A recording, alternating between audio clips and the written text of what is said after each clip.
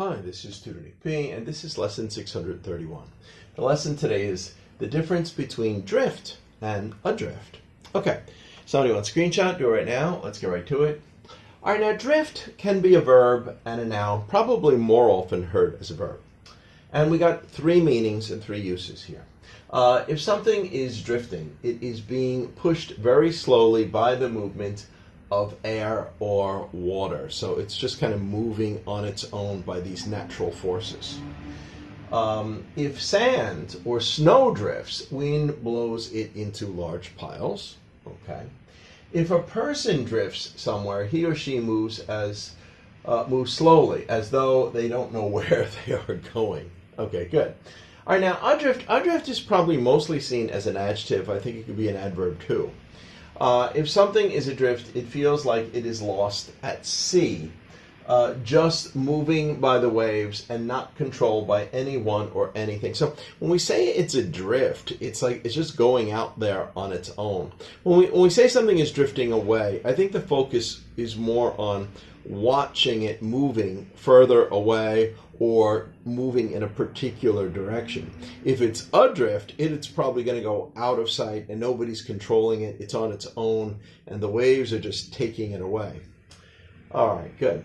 So, all right, this is another thing to know. So adrift really focuses more on the water and not so much on the air, where drift can be both. Okay.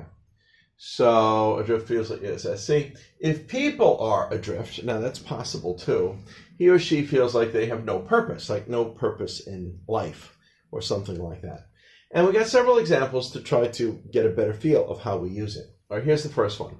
When we untied the anchor, the boat started to drift away. We had to go out and pull it back to the dock.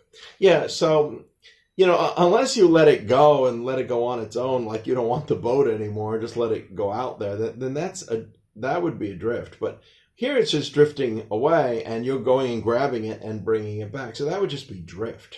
All right. Now with adrift, sometimes we use other word, like you could set something adrift. But we don't do that much anymore because we would think of that's more like polluting the water. Like maybe you could have a message in a bottle. You could try to set that adrift so that the water could just carry it wherever on its own.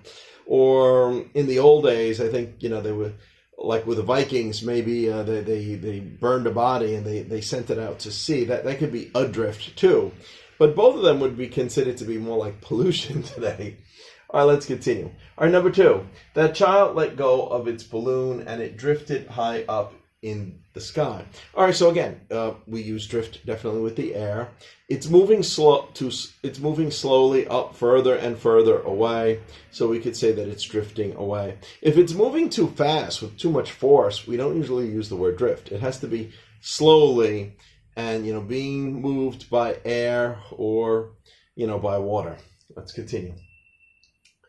The wind drifted the sand and formed into many sand dunes. All right, well, that's like the second meaning there. So snow could drift or sand can drift.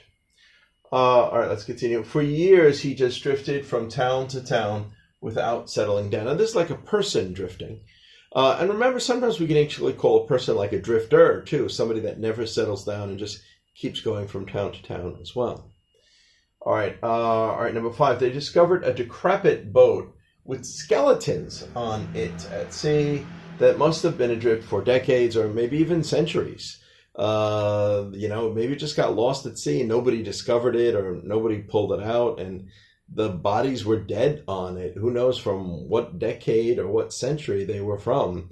It was just adrift, going all around the sea somewhere around the world for decades or centuries on its own. All right, let's continue. All right, number 6. 2 survivors were found adrift in a lifeboat after their boat sank. Yeah, so this is possible too. Obviously, if they're adrift in the lifeboat, this lifeboat does not have a motor. They probably didn't have any oars. The sea was just taking them around.